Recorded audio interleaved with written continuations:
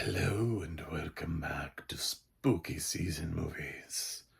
I've invited you tonight to a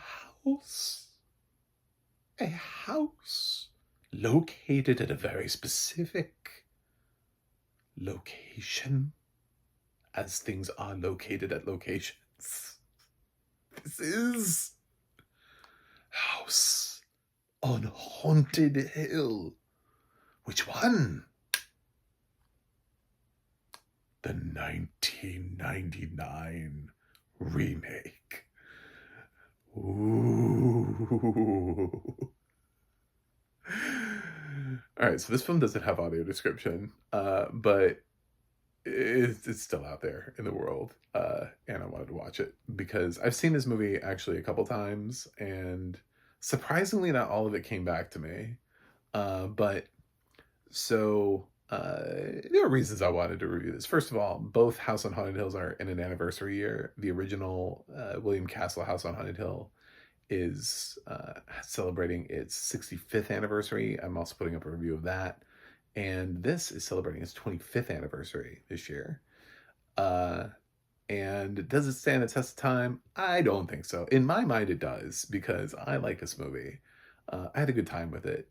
This was sort of, I think a lot of people think about like what was your early horror, like when you were starting to get into horror. And this was one of the films that I was starting to get into earlier on, sort of like an earlier haunted. I still wasn't old enough to see my own rated R movies, so I still needed my mom to buy tickets or sneak in to films. So at this age, so I still had to get in. So the fact that I got in meant that this was one of those like rare experiences. I was always limited to like cable edits, and then the handful of films. Like I got to see Scream in theaters. She was okay with that for some reason, but like I Know What You Did Last Summer, a couple films like that. But House on Haunted Hill was really sort of like an early Haunted Hill movie, and one of the gorier films that I got to see before I could make all my own life choices, because I met the minimum age for buying a ticket to a rated R movie without, again, having to sneak into one or go with somebody. All of those struggles that minors face. um so it has, I don't know, there's nostalgia involved, and I'm always honest about my bias. I'm just like, listen, I have heavy bias here, and that's my bias, is the fact that there's some nostalgia involved here, in the fact that I didn't start watching horror as a kid. I really enjoy my kid stuff and cartoons, so I'm not somebody who started watching horror movies when I was 5. I my, I had a lovely childhood full of cartoons. So then I explored past that, and then started watching sort of teen slashers, and whatever on cable, like the Chucky stuff, and just stuff I could find on cable, and renting some old Hitchcock movies like Psycho, Jaws, exploring sort of when I was in my double digits. That's when I started increasing my adult movie content. So House on Haunted Hill for me felt cool to be able to get into. Like, oh my god, my mom bought me a ticket to this. This is great. I'm sure she was probably like probably like the Vincent Price version. It's not gonna be that. And it had some more scarier, spookier, gory stuff at the time, where I was like, oh god, oh, that's gross. I don't know that it's particularly scary. I actually kind of found it fun, because you're introduced to this premise of, it's very much like the other film, except for Geoffrey Rush plays like the head of this entertainment thing, scare entertainment empire, and he's invited seemingly random people to this house, much like the original. And then he has a wife, played by Famke Jansen, who they're throwing this party, and if these people survive this party, Um, then they win money for having survived the party. It's the same premise as the original. And the people invited are Peter Gallagher, Bridgette Wilson-Sampras, Chris Kattan, Taye Diggs, and Larter. So that's sort of your main cast. And as the film progresses, you get to see sort of like, is there stuff at Haunted Hill? And there's the plot is different. See, that's the thing, is that they pay homage to the original. This was the beginning of Dark Castle, which got kind of successful by making sort of remakes of William Castle's work from many years ago. Films like, they had this, and they had Ghost Ship, 13 Ghosts, House of Wax, Gothica.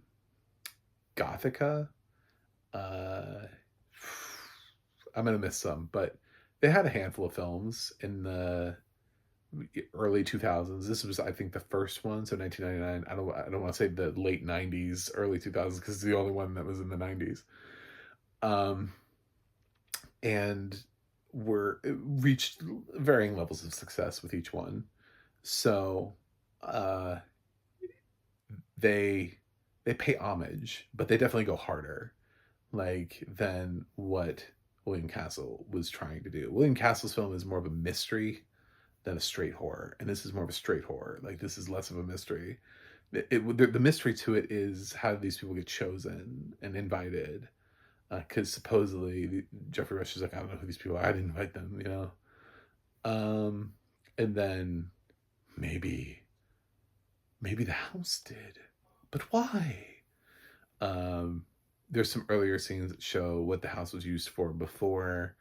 There's also this like sort of like random. I remember it too, and even though it didn't have audio description, I remember the scene with the like roller coaster from hell type thing, and it was just that was kind of hilariously bizarre. It doesn't even have like a place, but it like establishes the fact that Geoffrey Rush's character is into like this scare entertainment stuff, so that way people, when they go to the house and they think, oh yeah, I'm sure it's haunted, this is just the guy, this is the guy that does scare entertainment.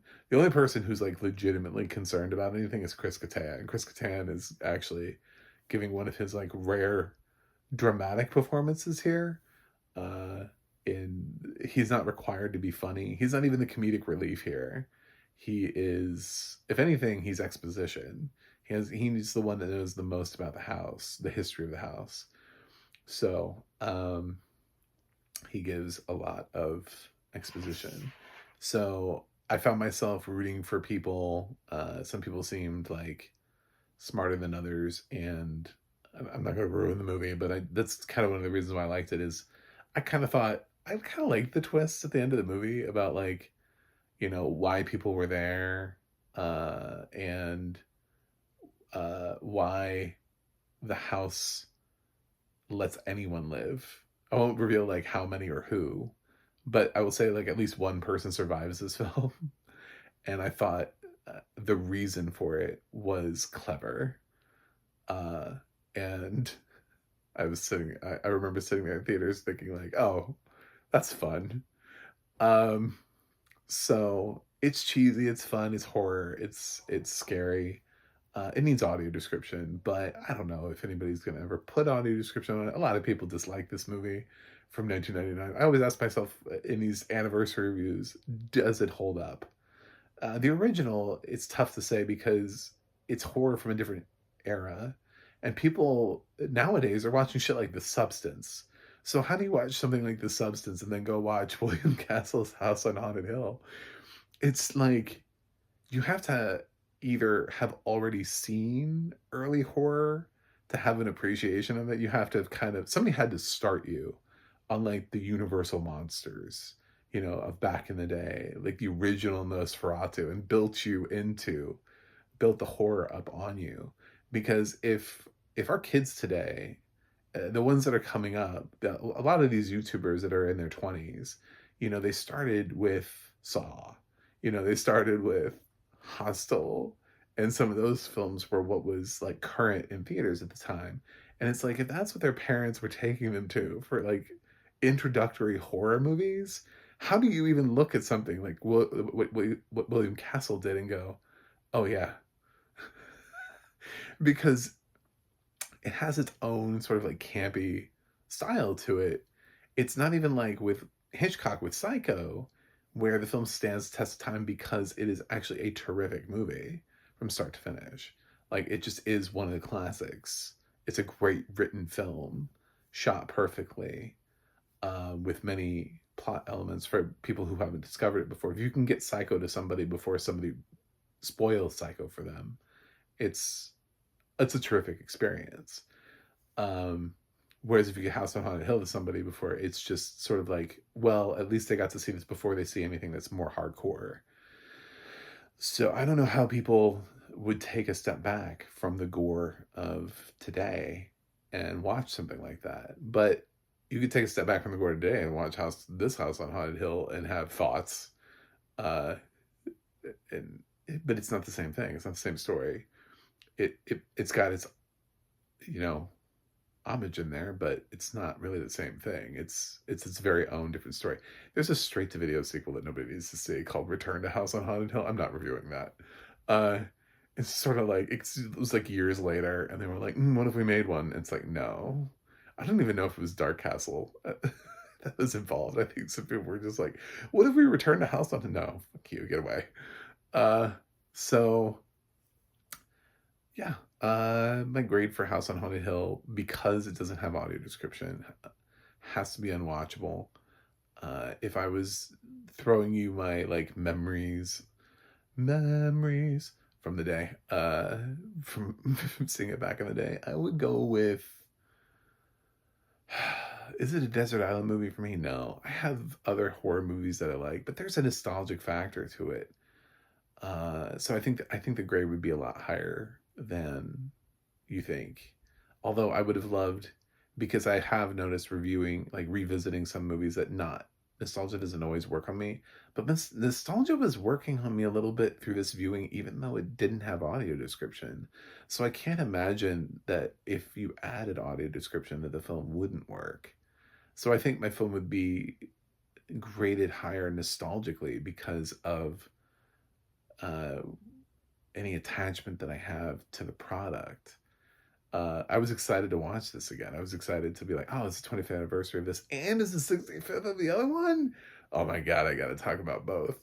Because it's not like I'm trying to do a whole lot of like non-audio described reviews. Um, but it just worked out that way. So um, I think both films are probably a little cheesy, but this one definitely leans more horror. Uh, like explicit horror, like graphic. Maybe your kids shouldn't be watching this horror. Vincent Price's film is Vincent Price William Castle's film is a little bit it's spooky, but there are some shots of some of these ghosts that it's just like anyway. So yeah, unwatchable. I'll go with that and just leave it at that. And maybe one day, if it finds audio description, I'll come back to it and we'll talk about the track. But anyway, thanks for watching. Thanks for subscribing, and I will see you guys on the other side.